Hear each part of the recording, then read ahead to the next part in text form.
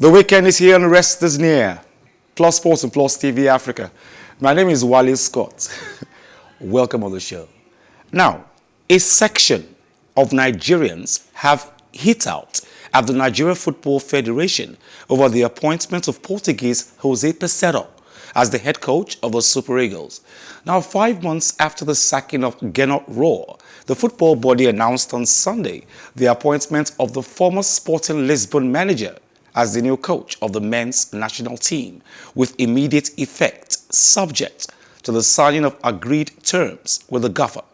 Now, the appointment of the Portuguese has not gone down well with some stakeholders, with 1994 African Cup of Nations winner Edema Faludu and former England player of Nigerian descent John Fashanu the first to question the credentials of the 62-year-old. Now, more Nigerians have also taken to social media to hit out at the NFF over the choice of the gaffer. Now, Steve Al Pacino wrote on Twitter, "For a man that is always fired within 2 years in most of his jobs, wonder why NFF keeps giving for low-budget foreign coaches. Go all out for a good one if you want a foreign coach. And not all these ones that we know. Not Sunday Olise, not Samson Siasia are better than all these ones." Ebere Nwakba, in his past, compared Peseiro with the former gaffer Roar. He said, what's the difference between his appointment and that of Gernot Roar? The outcome will be the same. Now, TJ Danielka added, rubbish. Why didn't you appoint him immediately after coach Osinegwa Voin failed at the Nations Cup? By now, qualifying for a World Cup would have been guaranteed. Politics is destroying football in Nigeria and Africa. Please don't ask me why. Those were Twitter handles of some people. But I have a sports enthusiast. He's also a footballer and a coach on the show today. His name is Emeka Joseph. Emeka, welcome on the show. Yeah, I'm with you. Yeah. Welcome on the show. Come again? I said welcome on the show. Okay, I'm on the show right now. Welcome. I've been looking keenly on this particular coach, and over 29. This is 30th year that they have been coaching, and they haven't worked under 20 different employers. And they have been 21. The fact that he was an assistant at Real Madrid. Like you said in your introduction, what we always wonder, how do we do it? Thing that is meant to be being the public knowledge here in part of the world is a secret. What are the criteria of employing this particular coach? Nobody knows up to now. And normally if you see a CV of 29 years, 20 different employers, being 21, you would think this is a very, very great school. When you look at his antecedents over the past 29 years, there's nothing really to write home about. We can only mention FC Porto, mention Real Madrid, but what were his impact in those teams? 4 continents, 21 employers. But Emeka, this guy, did they see? Emeka, slow down. The preferred choice. Emeka, you mentioned Olise. People like Olise would never have a space in the Super Eagles. And why? Because he's a vocal person. Hello, Emeka, can you hear me? Don't want someone that will question the authority, and that's what people like Olise would never have that. Emeka, can you hear me? He was actually the assistant coach of Real Madrid during the Galacticos era. Doesn't that give him a little pedigree in coaching? If you say that, I'm asking. Carlos Quiroz, and where is he coming from? He's a Portuguese man, so one can easily tell. You can smell the rats. So among all, you say he's more qualified than perhaps those that would be around at a particular moment. Or you think because he was brought in based on sentiment, being my fellow countryman. That's how I see it anyway. Okay, Emeka, please slow down. Emeka, please slow down for us. I've got a female. Good jobs. Then till now, has he done anything better? Of course not. Emeka, please slow down for us. I've got a female on the show. She's a sports enthusiast. Her name is Bilikis Yusuf. Bilikis, welcome on the show. Good morning. Thanks for having me. Now, Bilikis, Jose Peseiro, apart from the fact that he was assistant, our other guest on the show today said that, listen, he was brought in there then because of we are both Portuguese. Come on, coach with me. Do you think Peseiro is the man for this job? Personally, and I think most Nigerians will agree with me, I don't think so. Because this man has had a track record of failure. In 2015, was actually there was actually a protest at Egypt when they was employed at national coach again, that they don't want him because his track record has been with failure over times and over again. He has been coaches everywhere, like 4 continents. And I don't think he has won any. Saudi Arabia has used him, Venezuela has used him, and it goes on and on like that. And this guy has actually no record to show. Sometimes he only coached for few months. But when there is no record to show, when there is not even anything the club is doing for him, they let him go at the end of the day.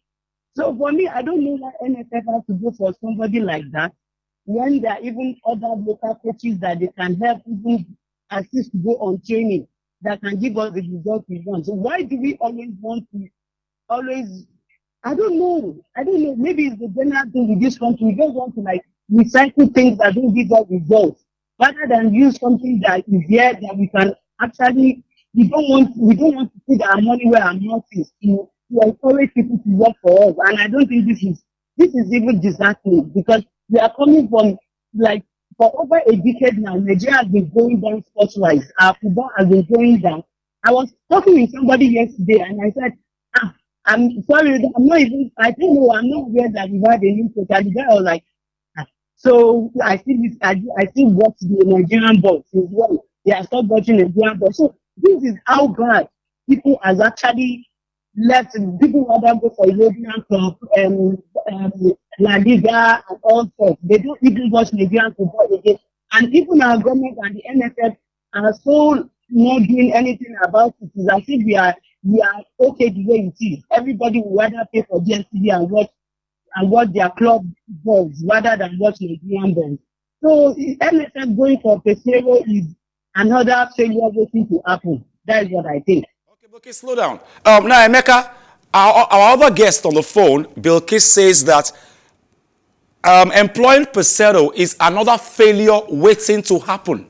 That this is a mistake again by the NFF. Sorry, come again, please. I didn't get that. Now, our other guest on the phone, Bilikis, Yusuf, says that employing Peseiro is another failure waiting to happen. We are making a mistake again. Well, if I hear you clearly, just imagine you are as good as your last game, right? True that. And when he was in Venezuela, he played 10 games. He only won 1, he drew 3, and he lost 6. You understand? In Sporting Lisbon, fine, he had Sporting fair anyway. 14 games, won 9, drew 1, and lost 4. Here's what I'm going to say. One, like I said earlier on, we don't know the terms of his contracts, right? If you are coming in like West Ham and Prof. Joe did, you see the best we've had in recent times. If what they did could be replicated by whoever comes in, then we can now. I would say him as a coach, I believe he wants success in his job. I believe he do. I believe he does anyway, and I believe he wants to do well with Nigeria as well. So I would say he wants more than I do. I'm a fan. I'm an analyst. From that point of view, I was let me give him opportunity. That's what he's going to do. He's been employed. He can't cancel it anymore right now. It's too late right now to cancel. That's what he's going to do. I'm not looking forward to much. For instance, now during the Nations Cup against Egypt, in a very long time, I've never seen Nigeria play ball, making 6 passes without opponent intercepting. Under it was a torture. On the ball against Egypt, we had that. Well, what happened next? I don't know what happened next until we lost to Ghana. So let's see what he's going to do with us in the next couple of games before us. Let's see. Let's give him a chance. Let's see what he's going to do next 3 games. Then we can now know to go from there. Because I believe Nigeria has a way of giving these coaches a very good CV. So let's see how we're going to go from there. Emeka, I want to thank you very much for joining us today. Thank you. Thank you. Let me go to Bilikis now. Bilikis, your predictions or your analysis are scary. You say that Peseiro is just a failure that is waiting to happen. That's scary, really, if you ask me. It might be scary because over time it's obvious that these foreigners, when they come, maybe they don't, maybe the climate or something, or Nigerian situations are not always encouraging to always do their best. Or perhaps, or I can't really place hand on it, or maybe the management that employ them are not able to, something is missing along the line. But for somebody like Peseiro, has always, over his decades of career, he has always won two trophies.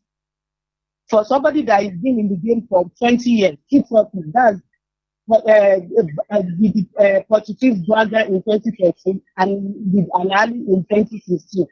So for me, we should have gone for somebody that can give us what we want. Somebody that has the blood to always want to give the best. So if we are going for somebody that for over 20 decades he has only won two trophies, and recently coming from where he's coming from, I think he's coming from um the last company job he had was in Venezuela. So, and I don't think they want anything at that league or at that team, their national team. So they should have gone for somebody that will give us more. Me, I believe we should have done this with local coaches, and we encourage them to take them for training and other stuff like that, that give them better packages. I think Okay. because of the enthusiasm of wanting to deliver and knowing the Nigerian terrain, they will have worked better for us instead of using somebody, a foreign coach that even if the African he has been in North Africa, not in Africa like in West Africa or East Africa, that we will say that the terrain are actually like almost the same. Okay, Bilikis. Let me ask you the question for today. The topic for today for me, if you ask me.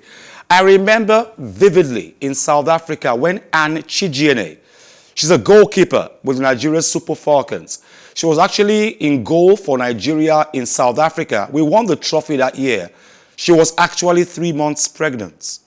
I remember vividly that some football players, female for the Falcons and Falconets, actually had to play football for 90 minutes on the field of play during their menstrual cycle. It's very hard. But Asisat Oshoala comes today and says, listen, female football is the future of football. And the girls should get paid as much as the men are paid, if not more. Oh, okay. Absolutely. Absolutely. If you ask me, she's actually on point. They deserve all they could get. These ladies have been giving us back to back. I think they are the only relevant things that we have in Nigeria right now. They won 11 out of 13 matches they've had. And what did they get? They were being treated as if they are not being treated by the NFF. She's not the only person that have done this over time. Desire of Paranese have done it before, and she was at the time she was just left out because she was removed from the captainship, and she was stripped of so many things that she had. Just because she made that position to be known that they deserve a better pay and better package like the main counterpart. The main counterpart has not been giving us something so like we've always expected. But this female, probably because people were not looking up to them before, probably because they are coming from the background of parents looking down at you that you are a girl, do you want to, is that what you want to leave your future for? Something like that. And they give their best from their work to their local for them to even get to their national team. And by getting there, they still put themselves over time, only for them to be getting peanuts. When you now look at the Asiado situation at which our sport has to go through, from overhaul long flights, from hotel packaging and all that. So for me, I think if they are going to look in that direction, it's a very laudable thing for us to have come out to say, as the new captain of Falcon. It's a very laudable decision for our government to have made. They deserve whatever the NFF to come out for them. Bilikis, I want to thank you very much for joining us today. Thank you. Thank you for having me. Thank you. Thank you. And I hope we'll call you again next time. You will answer also. Hopefully, thank you. Now, female football is the future. Barcelona's 4 times African Footballer of the Year, Asisat Oshoala, has a side look to cap a dream year by beating Lyon in the Women's Champions League final in Turin on Saturday. After scoring 20 goals in 19 games this season to help Barcelona win the Spanish league with a perfect 30 wins from 30 games, Oshoala is excited about the growth of the sport.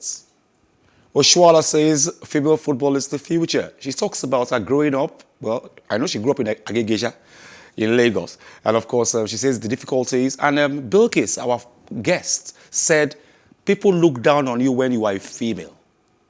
And that, so they work harder to prove their point. Now listen, I'm a female, yes, but I can be the next big thing. And love it or leave it, Oshoala is the next big thing, if not the big thing right now. She has scored 19 goals in 20 games for Barcelona. Who does that? I don't know any male footballer who has done that. 19 goals in 20 games, which means she didn't score in one game. Wow. After a slow start in which he only scored 4 points in the first quarter, Steph Curry and the Golden State Warriors sprang to life to dominate the Dallas Mavericks in Game 1 of the Western Conference Finals. The 2-time NBA MVP ended with a game-high 21 points at the Chase Center as he and the rest of the Warriors stifled Luka Doncic and the Mavs to ease to a 112-87 victory.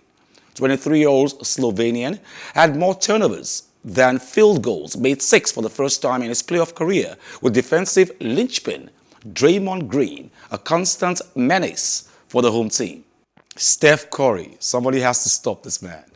Okay, I'll leave you with Casper Ruud. He continued his march through Geneva with a 6-4, 7-6, 3 win over Australia's Thanasi Kokinakis. I'll leave you with that.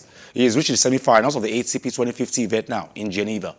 Thank you very much, Lawal. Lawal was behind the cameras. You don't see him, but he makes you see us. Okay, thank you very much, Onoja. Thank you very much, Tony. Thank you very much, Tumishe.